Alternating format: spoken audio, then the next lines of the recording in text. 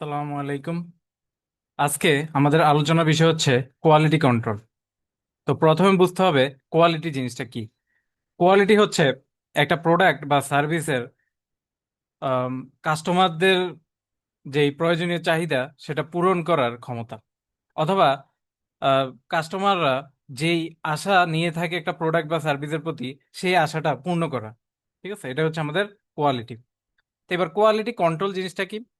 Quality control হচ্ছে একটা process যার মাধ্যমে আমরা হচ্ছে স্ট্যান্ডার্ড ভ্যালুর সাথে তুলনা করি, এবং যদি আমরা এখানে কোনো ফল্ট পাই প্রোডাক্টের মধ্যে, ধরেন আমি স্ট্যান্ডার্ড একটা ধরে রাখলাম, যে স্ট্যান্ডার্ড হইলে আমার কাস্টমারটা মানে এই জিনিসটার প্রতি সন্তুষ্ট হয়। ঠিক আছে, ধরেন আমি এটাকে দিলাম 90 স্কোর। ঠিক আছে, কিন্তু আমার হইলো গিয়ে এটা আপনার 85 স্কোর আমার বাস্তবতায়, যে প্রোডাক্ট আমি বানালাম সেটা।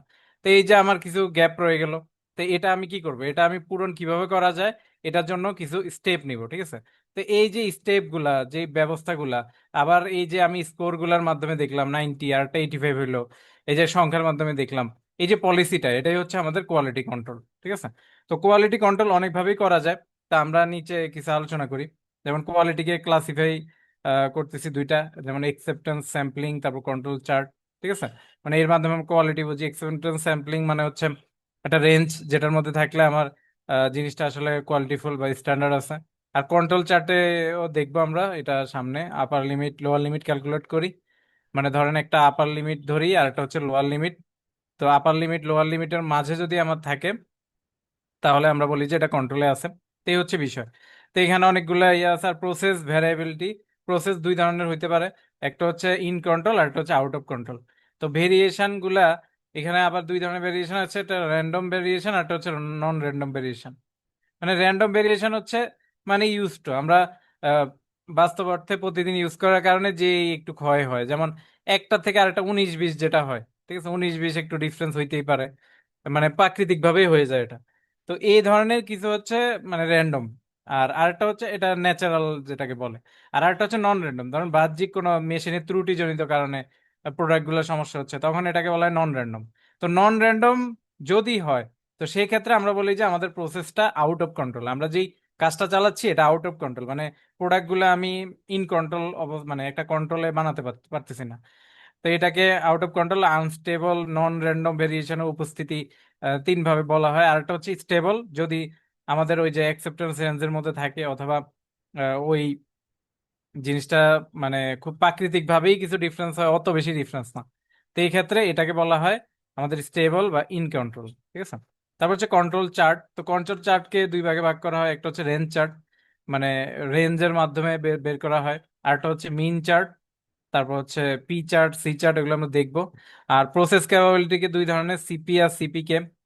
আচ্ছা, তো এই হচ্ছে বিষয়। তো সিপি হচ্ছে যদি আমাদের সেন্টার, মানে যেখানে যে স্পটে আপনি মানে কোনো জায়গায় যদি গিয়ে ওই প্রসেসটা টেস্ট করা লাগে, তাহলে এটা হচ্ছে সিপি। ঠিক আছে, ধরেন জাহাজের ক্ষেত্রে ওই জাহাজের ত্রুটি বের করার জন্য জাহাজটা যে জায়গায় আছে ওই জায়গায় গিয়ে দেখতে হয়। ঠিক আছে, তো এটা আমাদের সিপি। আর সিপি কে এটা কি? সিপি কে এটা হচ্ছে ধরেন ওই আমাদের লোকেশনে যেতে হয় না, লোকেশন দূর থেকেও আমি এটা নির্ধারণ করে দিতে পারি, সে হচ্ছে সিপি কে। ঠিক আছে, তো এই হচ্ছে বিষয়। আমরা এটা এগুলোর ম্যাথ করবো সামনে। আর এখানে হচ্ছে কি আমাদের আরেকটা গুরুত্বপূর্ণ জিনিস, সেটা হচ্ছে ইন্সপেকশন। ঠিক আছে, এটাও আরেকটা অ্যাক্টিভিটি যেটার মাধ্যমে আমরা স্ট্যান্ডার্ডের মাধ্যমে তুলনা করি। ঠিক আছে, স্ট্যান্ডার্ডের মাধ্যমে তুলনা করি, এটাকে বলা হয় ইন্সপেকশন। আর আমি আগে কি বলছিলাম, কোয়ালিটি। ঠিক আছে, কোয়ালিটিকে আরেকভাবে বলা হয় মানে কোয়ালিটি কন্ট্রোল। এটাও মানে আমরা আউটপুটটাকে ইভ্যালুয়েট করি, তারপর দেখি যে এটা স্ট্যান্ডার্ড থেকে কত ইয়ে আছে। তো এটা হচ্ছে আরেকটা, এটা হচ্ছে একটা অ্যাক্টিভিটি যার মাধ্যমে আমরা আগে ইন্সপেকশন করে নেই স্ট্যান্ডার্ড থেকে কত দূরে আছে। ঠিক আছে, তো এখানে তিনটা ইয়েতে হইতে পারে, একটা হচ্ছে before before production, during production, after production. তো এই জিনিসটা আসলে ওয়ার্ড দেখেই বোঝা যাচ্ছে।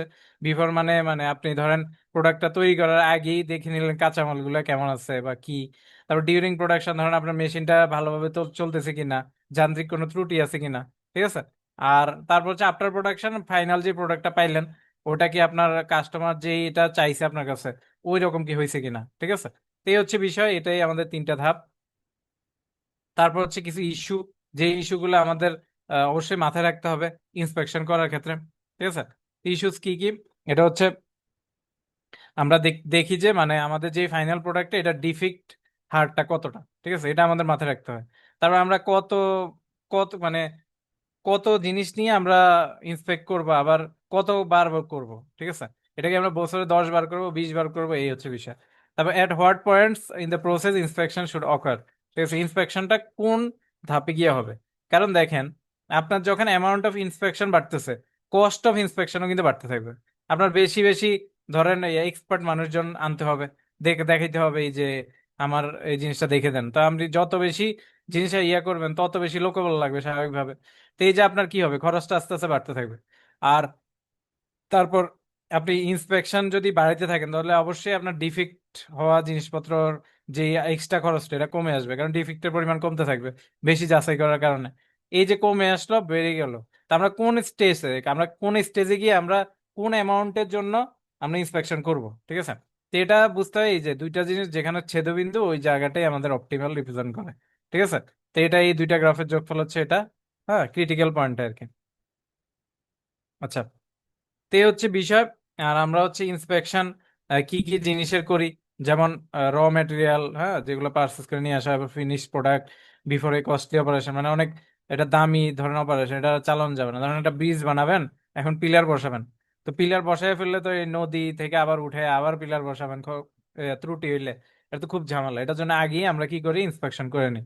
তারপর বিফোর অ্যান ইরিভার্সিবল প্রসেস, তো ধরেন একটা জিনিস আপনি দুধ থেকে দই বানায় ফেলবেন, তা এখন এটা কিন্তু ইরিভার্সিবল, দই থেকে আবার দুধ বানানো যাবে না, ঠিক আছে।